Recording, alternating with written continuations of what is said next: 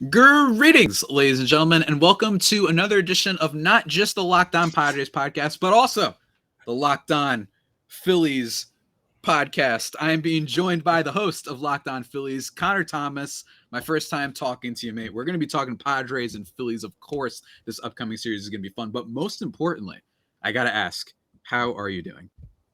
Oh, I'm doing great, Javi. How about yourself, man? I'm doing pretty good, man. I mean, both of our teams coming off of really fun developments, fun series wins, if I'm not mistaken. You guys, thank you. I just want to thank you, first of all, for taking down the wackest team, dare I say, in baseball. I mean, in a lot of variety of ways. No bias. I didn't see it coming. I definitely didn't see it coming, but I'm absolutely happy to do that for you. Yeah, absolutely. And you're right. You didn't see it coming. I imagine that's because you had a nightmare of a series against the New York Mets and a lot of just really miscues and bullpen stuff and that defense and whatnot. Just really quickly, just state, what is the current state of the Philadelphia Phillies? Because I know Philadelphia sports in general, just in chaos right now. Shout out to the 76ers. Yeah. But what's going on with the Phillies? Anything kind of jumping out to you immediately before we get in more in depth? Yeah, so here's the thing with the Phillies. It's been weird, right? So the team actually hasn't been all that bad as the fan base would make them out to be. The issue is, right, you're in a 10-year playoff drought, and then you go out and you go into the luxury tax for the first time in franchise history when you bring in Nick Castellanos, in addition to signing Kyle Schwarber, adding some bullpen help with some veteran guys like Brad Hand and George Familia. And you get that whole offseason like, okay, the fans see you make big moves. They expect you to come out and, okay, you're going to win like 20 of your first 25 games. That doesn't happen for anybody. So it's kind of been that expectation of like, oh, they're underachieving because we had huge expectations, but they really haven't been. It's been a slightly slower start. But in all of their games leading up to this series with the Dodgers, and even leading up to this West Coast trip with the Mariners with a series that they just won earlier in the week, they're like parts of the team have been running all the way through. Like the offenses look good in games. The starting pitching has looked really good in games. The bullpen has looked really good in games. So they haven't put it all together. And this road trip is the first time this season where they've really put it all together. So I haven't been worried because I know I've seen parts of the team succeed. And I'm like, okay, they got the talent level. They have the ability. It's just got to all mesh together. But the fan base has been a little antsy, I'll say, because they've been waiting to see it come together. Yeah, they really have. Philadelphia? No. Yeah, right? Believe it or not.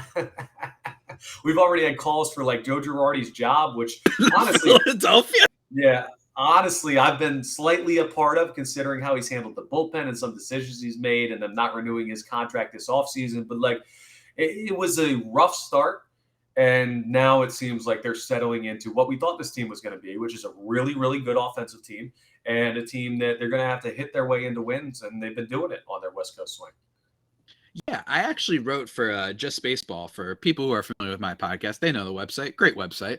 One of my recent articles I wrote about were the top 5 like easiest teams to root for, and I actually put the Phillies on there because I just find it so much fun that they were like, so we have a bad defense and we have some bullpen problems and weird starting pitching. We're going to add more offense. Screw all of your numbers. We're going to slap the ball. We're going to win by football scores. We don't care.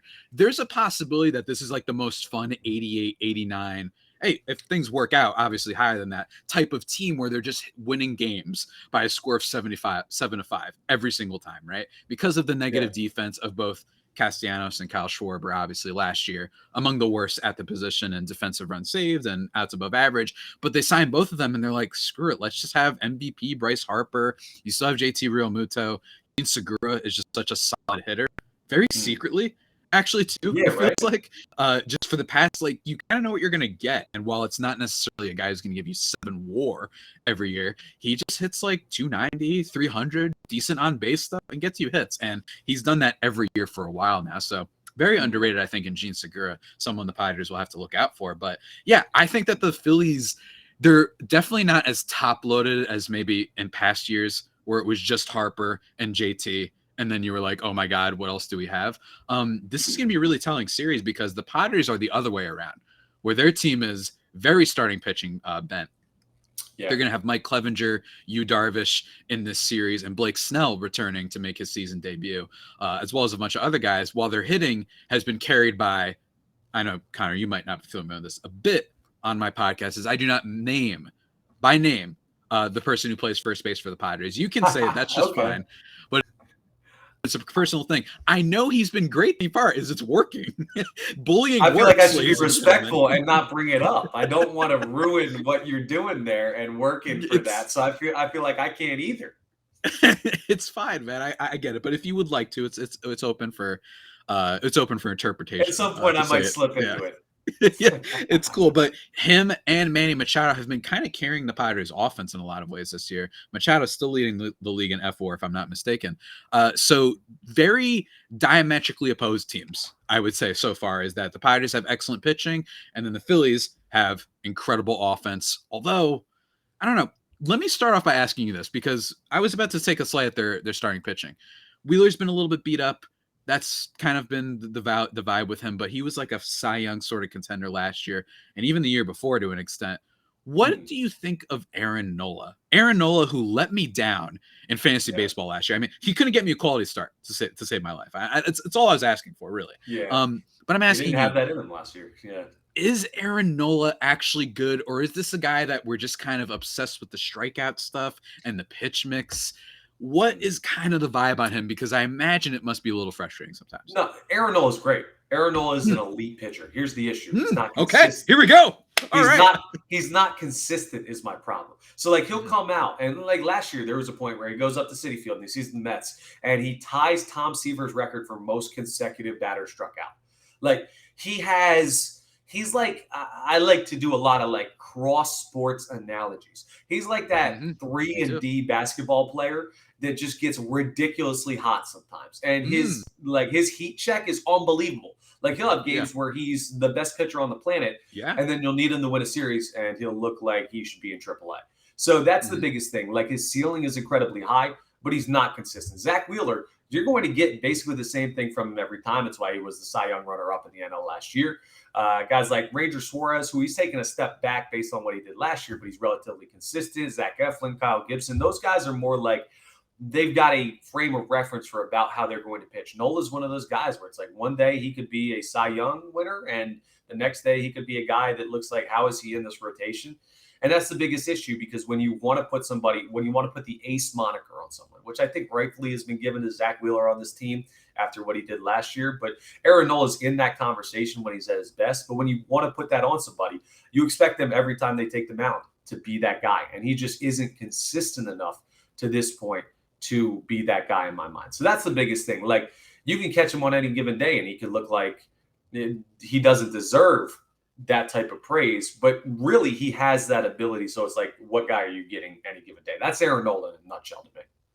Yeah, I mean, he definitely has the stuff, right? I mean, for it's sure. Just, you're right. The consistency, right? Like the fact that, hey, I mean, if you bought low on him in fantasy baseball this year, congrats. He's definitely probably been better than where you drafted him. He's got a 3.64 ERA right now. He has that swing and miss stuff, obviously. And what I mentioned with the pitch mix, the fact that basically 4 pitches that he throws the equal amount of the same time. So it's just, what version are you going to get? That's right. What is bad Andy Dalton show up or good Andy Dalton showing up? Bad Baker Mayfield, all those type of guys, right? Which version is showing up? Or the Carson Wentz, right? Which year is it? Or is he just don't bring up Carson Wentz. I've had you're bringing up nightmares from me, man. Yeah, I got you. But that's the whole question there. But you know what has always been consistent, Connor? What's that? The best protein bars in all the land, my friend. Built Bar. They're the best. They're the best. And I want to talk about not just the Built Bars, which are great. They've got chocolate, peanut butter, personal favorite, apple almond crisp. My mom's favorite is cherry barcia. They've got those, but they also have these little puff things. Almost comparing, like Almond Joy. They've got the big Almond Joys, and then they had the mounds. That's kind of like what Built Bar's got going on here. And they've got this new flavor, birthday cake, which basically, imagine if you were having that birthday cake frosting, but then all of a sudden you looked at the macros and you're like, oh, wow, this is only 150 calories and only 16 grams of sugar, and 16 grams of protein, I should say. That's kind of what happens when you have these birthday cake puffs, man. Go check them out. I got them. I don't know if you got them. But have I got them? Come on. Yeah, I got them. Bars. Let's go. There's someone on the network who said that their address 120 pounds soaking wet before I started eating Built Bars. No. That's awesome, man. No, they're fantastic. You got to check them out. What I love about them, aside from all this stuff, right? They've got always new flavors coming out. That's what I love as well. If you guys want to go check them out, go to built.com and use that promo code LOCKED15 and you can get 15% off your order. Remember that is promo code LOCKED15 for 15% off the best built bars in all the land, the best protein bars, in all the land at built.com. Just want to remind everybody also, really quickly, go check out Locked On Phillies, Locked On Padres. We're free and available on all platforms. Connor, let's keep it rolling because I'm super excited for this series because we're going to be seeing some of the best players in baseball here. But I'm wondering also now about the Phillies. What kind of, I feel like, while they're a little bit better than they used to, there's definitely probably a little bit of a depth thing, right? Where Didi Gregorius, that Bryson Stott didn't necessarily turn out the way maybe Philly fans, that he could break out and be that, they're Jake Cronenworth almost per se, right? Be that prospect guy that can come up and be good immediately. What are some kind of things that the Phillies are going to be looking for in this series, do you think? Or just in general, who are some guys that need to step up that aren't the obvious ones, right? Because Castellanos and Schwarber and Harper and JT Realmuto, right? Who are some under the radar guys that have maybe been underperforming that need to step it up? Yeah, no, I got you. Stott's definitely an interesting one. And Didi Gregorius on the IL right now. He may come back for this series, so he's getting right in that time frame where he could make his return. And that's the only reason Stott is back up with the Major League team. Even though 2 nights ago in LA against the Dodgers had a very nice game, couple RBIs, 3 hits, I believe, in that one. So he's just a young player who's going to go through growing pains, and that's his deal. And I haven't lost faith in him at all. If he still plays, he's certainly one of those guys that you're going to have to look at. But another one that you're taking a peek at, whoever's playing center field, whether it be Roman Quinn, if it's Matt Vierling, if it's whoever they decide to go with out there in center, having that little extra bit, because you brought it up. You know what you're getting from Castellanos. You know what you're getting for Schwarber, Harper, Hoskins, Realmuto even. And you know what? Rhys Hoskins is probably another guy because he's had a really, really slow start to the year. He's had a couple big moments. He had a grand slam against the Mariners that ended up being a difference in a game that won them that series out there in Seattle. But a lot of people are questioning Rhys Hoskins' ability with his slow start to the year. So between him and who's ever playing center field, those are the guys that are going to take you from being you look good in the series to winning a series, especially when you're playing a team like the Padres, who are a very talented team competing in a stacked NL West. You got the Giants to worry about. You got the Dodgers to worry about. So, I'm focused on those 2 guys. But, man, we've been all Phillies. We got to talk about Slam Diego and what the Phillies have to look out for with you guys coming in. Because, obviously, you'd like to have a slightly better start to the season, but I don't think you guys have underperformed, especially considering what's going on with Fernando Tatis and everything there. What do the Phillies have to look out for with the Padres coming into town? Yeah, I mean, for the Phillies, one thing that's going to be really fun to watch the series is the debut of Blake Snell, who, for the most part, been kind of a miss for the Padres so far in his short tenure with the team. Last year's kind of a mess. He was getting lit up. He wasn't going long into games, but then something fun happened, and that was basically in August when he was, I say this ad nauseum on my podcast, but led the league in strikeout percentage. He focused more on his fastball, kind of abandoned that curveball and changeup stuff that he was doing, and just focused on those 2 pitches almost exclusively, and was awesome. And then they brought in Ruben Niebla, pitching coach out of Cleveland. So there's a lot of hope that Snell can really redeem what has been pretty disappointing, especially for what was supposed to be that blockbuster, awesome trade, right? The Phillies made all these moves in the offseason. The Padres were the kings of the previous offseason, just in terms of making noise. So that's the thing you're going to be watching out there. Darvish, really up and down, gives up a lot of hard stuff. He hasn't even been striking out that many batters, so he's a little bit of a concern. Mike Clevenger just coming back from Tommy John. He's made 2 starts. That'll be interesting. But is he going to have guys, the ponytail stuff? Oh, is yeah. he going to have the pigtails for his next start? He totally changed his vibe. Mike Clevenger, a little bit of a weirdo when it comes to not necessarily the hair, but just everything. The way he tweets. I've mentioned this on the Tumblr 2010 type of font with using Dark Knight quotes and stuff like that. I'm like, oh, okay. I kind of like that. I kind of like my pictures and players in general. Just be a little weird. Have that weird edge to them. That's absolutely. I don't know what exactly we're going to get from any of the starting pitchers, honestly, for the Padres there. But I would say the other thing for Phillies fans is, in terms of some under the radar guys, it's probably Ha-Seong Kim. Ha-Seong Kim is a guy who the Padres signed after being dominant in the KBO. It was kind of disappointing in his first year, right? He bat like 200, 270 on base. He wasn't doing much, but he was an elite defender. So there's at least that value. And this year in this series that just against the Braves, hit a huge home run in the game on Friday it was. And then he had 2 doubles in the Sunday game. He's not becoming, like anyone that'll make the Phillies necessarily impressed when it comes to an offensive standpoint, but just as a nice little not bench piece, but like that under the radar kind of depth guy who's going to be able to play third for you sometimes. He can play shortstop and he can play really good defense, and he's clearly gotten better with the bat. He's pulling the ball a lot, but he's turning those into fly balls, and that's resulted in doubles and more extra base hits and such. So Kim is definitely that underrated player, I think, that has been really key for the Padres, because rest of the team, their bats, oh man, it can be frustrating sometimes. Jurickson Profar, he's been fun in the outfield defensively. He's had some big hits for the team too, but I think he's still batting below 200 at the time of this recording.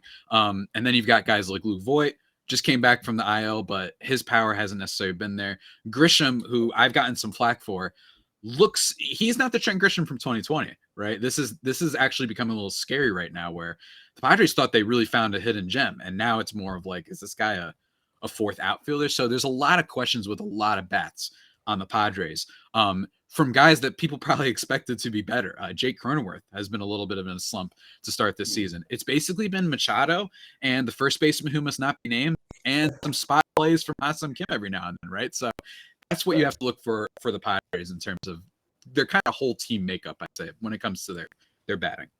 Okay, and a guy you haven't mentioned, I just want to bring this up just because of the familial ties with this one. Austin Nola, what's going on? Is there any worry that he's going to be the Nola that shines because Aaron is not going to pitch against you guys? Is he going to steal the spotlight because he gets the opportunity?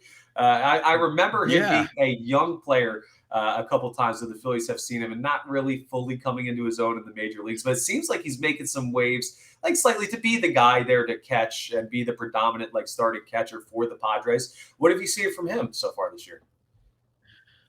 Man, it stinks. They traded Ty France for this guy, which isn't like the best. You see what Ty France is doing. Like, oh my God, he killed us in that series with Seattle. I know he did. That's why I brought him up. Look, it's in a vacuum. It's obviously a bad trade, but I get, they needed a catcher. They didn't want to do the Francisco Mejia, Austin Hedges platoon forever. But Nola, I mean, when he was actually playing for them, for the Padres, like, he was a decent hitter when you compare him to other catchers, right? And even last year, even though he only played 56 games, 270 average, 340 on base, I'll take it. I don't care if he's not hitting balls out of the park. But this year, he's had some frustrating moments where I'm just like, I just want a little bit more from the guy, walk a little bit more, make better contact. He's been frustrating, and it doesn't look great considering how amazing Mr. Ty France has been over in Seattle. The hope here is that he can just be okay. Nola the catching has been a little bit frustrating for the Padres because they have Luis Campusano, one of their top prospects, who they keep calling up and then sending back down. And it's not like Jorge Alfaro and Austin Nola have been incredible. By the way, I'm very much look forward to when Jorge Alfaro swings at some pitch that is closer to where you and I are than it is closer to the plate. It's going to happen. I've been there, man. I remember seeing those days when he was with the Phillies before we moved him. I've seen that. Man, Jorge Alfaro. I mean, he had that great Mother's Day revenge game against the Marlins, but man, he's rough sometimes. But yeah, when it comes to the catching stuff, maybe the rare family vengeance game. I don't know. I don't know about their actual family, but the rare, like, maybe that's a little bit of an error that could come from the series. Maybe he'll wake up. Maybe he'll hit against Aaron Nola. I would love to see that. I don't know if he's scheduled to pitch actually in this series. He's not. He's throwing today against the Dodgers, so he's currently on the hill, or he was when I came down here. So yeah, that would have been fun. But he'll definitely be in attendance. Maybe he'll want a ball out, right? Maybe he'll want a ball out. Yeah, exactly. That could be really fun. I hope he doesn't, but he very well could. So that's a cool moment. Like, anytime, though, you could be like brothers and play against each other in Major League Baseball. That's incredible. That's always a fun story. Yeah, absolutely. But you know what else is fun? What is? Connor, you know what else is fun? When you save money in general, honestly in general, not even what I'm about to talk about, just saving money in general is awesome. But I want us to talk specifically about car stuff. I don't know anything about cars personally whatsoever, but I can tell you the folks over at Rock Auto, they've got you covered with all your car related needs and whatnot, guys. You save time and money when using Rock Auto. Why choose to spend 30, 50, or even 100% more for the same parts from a chain store or car dealership? Right? Like, why would you do that? It doesn't make any sense. For example, No reason. Honda Odyssey fuel pump. Oh, go ahead. Go ahead. No, I was saying there's no reason to do that at all. Yeah, there's no reason. It doesn't make any sense, man. For example, their Honda Odyssey fuel pump, it costs $216. Compare that to a chain store, which is $353. And you can tell what I'm talking about, guys. Family business serving do-it-yourselfers for over 20 years, reliable low prices, and they have everything: new carpet, motor oil, tail lamps, whatever you need, they've got you covered. And their website is really easy to navigate for schmucks like me that know nothing about cars. So, guys, go explore their website today to find a solution to your auto part needs. And when you do that, by the way, go to RockAuto.com right now and write Locked On in their How'd You Hear About Us box so they know we sent you. Amazing selection, reliable low prices, all the parts your car will ever need. RockAuto.com. All right, so Javi, I know we've been talking man. this series, and we're very zoned in on what's going on the next 3 days. Well, I guess not the next 3 days as we're recording this because they've got an off day Monday to get ready for the series. But something that I think is very interesting, that's a nice juxtaposition of our two franchises. We're going to be fighting for that same wild card spot in the National League as things calm down. Now, of course, when Tatis comes back, you might be able to make a run at the division, especially if the Dodgers stay as cool as they're going right now, and if the Giants eventually fall off. And the Phillies, who knows if they'll catch the Mets or not. But we're very much in the same spot where we're in competitive divisions where we could end up coming down to like late September, and it could be, man, I hope Javi's team loses so we can get a spot in. What is the mindset of for San Diego right now? Are you guys still in the, hey, we're going to compete for the division? Or is it, man, our way in is the wild card? It's tough. I still think it's probably wild card because even if you're kind of, and I've said this a lot, where a lot of people pretty understandably have expected that the Giants will fall back down to earth. Because they lose Buster Posey, they lose Kevin Gausman, and you're just kind of looking at the rest of their roster and you're saying, well, Brandon Belt's a year older, Brandon Crawford, do we really think he's going to be that great offensively again? But my thing is they still won 107. So even if they do take that decline is only to like 93 games. And I say only, by the way, with quotes, where it's like, that's still a pretty good team. So they're still going to be competitive. For them to finish below 500, I mean, I actually really need to go. I would have to look back for a while. The last time a team went from winning that, like a 20-game drop off, you know what I'm saying? That would be pretty nuts. Obviously, you have your Oakland A's because they just trade everybody. That's what the Oakland A's do every year. But when it comes to teams that don't necessarily do that and they're still trying to be competitive, that's a hard sell for me. So I think they're probably still aiming for the wild card. And fans are like, yeah, I mean, let's kind of aim for that. There's an extra spot anyway. They can do it. And I think the other mindset, really wish we were in the NL Central because the NL Central is like, yeah, right. We're not going to do anything in the offseason. We're not going to make any moves. Hey, we're the Milwaukee Brewers. We haven't been to the World Series since the late 80s. This is the most stacked free agent class. No. We're actually not going to do anything. We're just going to bring on your old friend, Andrew McCutchen, and my old friend, Hunter Renfroe. But like, really? That's all we're doing? Yep, because we're going to keep selling our fans on that for some reason having the 20th best payroll despite having a three-headed hydra of a rotation and winning 95 games. It's actually better that we don't do anything. Anyway, listeners to my show know that I hate the Brewers this year. I have a team every year that I hate for not trying, and this year it's the Brewers. Okay, so it's not like the Reds or the A's? Come on. Oh, no. It's still those teams, but I will say it's new this year because the Brewers, it's like, man. Yeah, you have a Cy Young winner. You also have Brandon Woodruff. You have an unbelievable, like you still have Josh Hader in the bullpen like that. Yeah. And what I will say is up to the Brewers being in the last time was like late 80s. The Rays have at least been in like the ALCS, the World Series multiple times. So I don't give them a full break, but it's like, hey, Brewers, you guys haven't even made it that far in a while. Why is your whole thing stop right now? Like that doesn't make any sense to me. But yeah, that's another vibe. Maybe just for me, for Padres fans, where it's like, really wish we were in the Central because then I could absolutely see them coming out on top. And honestly, with the Phillies, I could see that as well because with teams like the Braves and with teams especially like the Mets, a really tough division to win for sure. No, I totally get that. And the other thing that I want to talk to you about is kind of expectations, right? So we're in we're heading into our 11th year Mhm. straight without playoffs. So full 10-year Yeah. playoff drought here in Philadelphia. And I understand it hasn't been that long for San Diego, but you guys haven't been to the World Series since 1998. And that Yeah, man. was obviously a loss in that World Series. What's the feeling of the fan base? Because obviously West Coast versus East Coast is very different. The temperament of the fan base can be different. Is there like a pressure on this team? Or is it just like, oh, okay, they've done something. They've got Machado. They've got a strong starting rotation. They've made some moves. Let's see what happens. Or is there like a real pressure on this team to compete right now? I think there is a little bit of a pressure. I push back against the idea that they are an ultimate deadlocked early 2000s Diamondbacks. We're all in for this year type of thing. I do disagree with that. Machado's still pretty young, but by comparison, he's still 29. You have Tatis, you have all these guys, but they're clearly in a little bit of a win now in the sense that, yeah, fans want something. I mean, when you have like a top 5 payroll, you can't be going out here and doing all this stuff where you're just a below 500 team like they were Right. last year, right? You can't have that.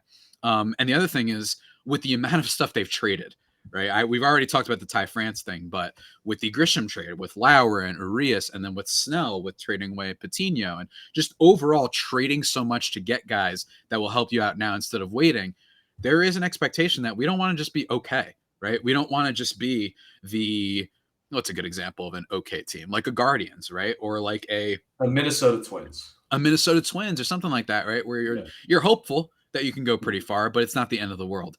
There's definitely a sense of urgency. There's definitely been frustration, especially with a variety of things, with trades not working out, and with the Max Scherzer fiasco, and with Fernando Tatis Jr., obviously, with him saying which one in response to a motorcycle accident, That's right? not great. Yeah, it's not great, man. So I'd say they're not. I don't think that their time to win is as win now as other people have made it out to be. But in terms of wanting to be competitive, and yes, this is not a team where it's like, yeah, we hope we're pretty good this year, man. That'll be fun. No, this is a team that's trying to win right now and at least be competitive and be a team that can be exciting. Because there's a reason why everyone talked about them after 2020. They were a thrill to watch, and they had all the momentum. I mean, Tom Verducci is writing about how Dodgers Padres could be the next Yankees Red Sox. They want to see a little bit of something instead of just a fluky 2020 on their Yeah. resume. No, I totally get that. So it's not like they have to win the World Series now, but you're Mm-hmm. also at a spot where it's like they should compete. And whatever they Mm-hmm. do is a bonus because that window's still big. That's kind of what I'm feeling with Bryce Harper and the Phillies. Like the Mm-hmm. pressure here is just it's just slightly different from the fan base because of the East Coast. Like every game is live or Yeah. die because the Yeah. football culture in Philadelphia. Like you're aware how Mm-hmm. Philadelphia fans are and everything like that, and the stigma Yeah. that comes with it. So it's very similar teams with very different fan bases, I feel like, and that's always really interesting. And it should make for what should be a really fun 3-game series coming up here in Philadelphia. Man, I'm really excited about this one because if all else, if the Phillies lose the series, if the Padres lose the series, we're both going to see some really, really good baseball from both Yeah. sides over the next Mm-hmm. couple of days. Yeah, these aren't boring teams, certainly. Like that's one good thing for sure. This isn't a Pirates versus, Royals type of matchup. Like at the minimum, Right. we're going to see some huge home runs probably, especially from your team, considering that, Padres guys are a little bit unproven in some ways with a Darvish, with a Clevenger, and with a Blake Snell. It should be a lot of fun. We might get some game winners and whatnot. I'm really excited. They didn't play the Phillies last year. I don't think they played the Phillies. Or no, yeah, they did. They played the Phillies Yeah, last year. yeah, Of we course, got you they guys. had to have played them once. And I think they won that series, if I'm not mistaken. So I'm really curious to see how it all pans out. I think they played like over the July 4th weekend or something like that, actually, now I think about it. I'm trying to remember. The So last season was such a blur with how the Phillies collapsed and everything. Man, the only thing I remember is hey, Bryce Harper was good and Zach Wheeler was good. hey, I can relate on the collapse thing. Trust me, it was a nightmare over here as well. But yeah, Connor, do you have any other last questions, last takes, last things you want to tell the good people of Locked On Padres and Locked On Phillies for this very special and fun crossover? Yeah, of course. The one last thing, just for an overview about the Phillies, if you're not aware, I mean, this team is one of the hottest offensive teams in baseball. So if you're looking something for, as a Padres fan coming into this, what do you have to be worried about with the Phillies? Bryce Harper is one of the hottest hitters on the planet. This Yeah. offense has just demolished one of the best, if not the best rotations in baseball with the Dodgers, and they're coming in really hot. So there's two camps, right? Either they're going to stay hot and you're running into a really hot team, or they're due for one of those quiet series because they've been hitting the ball so well. But it's just, if you're keeping an eye on anything, if you're a Padres fan, and if you're catching the Phillies for the first time this year, because we're a whole country apart, we're on the opposite coasts. Well, that's the calling card of this team right now, is they're going to score runs. They're going to try and put up high numbers, and the defense is just going to do whatever. So that's my last takeaway, is just the offense is the way the Phillies are going to win this series if they do indeed end up doing so. Yeah, and Padres is going to be hopefully some clutch hitting and hopefully great starting pitching. Connor, this has been a lot of fun. Let me just tell everybody, go check them out. Go check out Locked On Phillies, YouTube and Twitters. What's your Twitter at? It's at Connor Thomas 975. Why 975? Is that an area code? I work for 97.5 The Fanatic, so it's a sports talk radio station in Philadelphia. So I do that, and then I do some local TV on our NBC Sports affiliate here in Philadelphia. So yeah, that's just a handle awesome stuff work over there. Love that. Congratulations on that. Everybody can follow Locked On Padres on YouTube as well, at @LO_Padres, and then at Javipeno, JAVIIPENO. And with that being said, everybody stay faithful. And of course, stay faithful always, my Fire Faithful homies. Take care. And Connor, this was a blast. It was so much fun.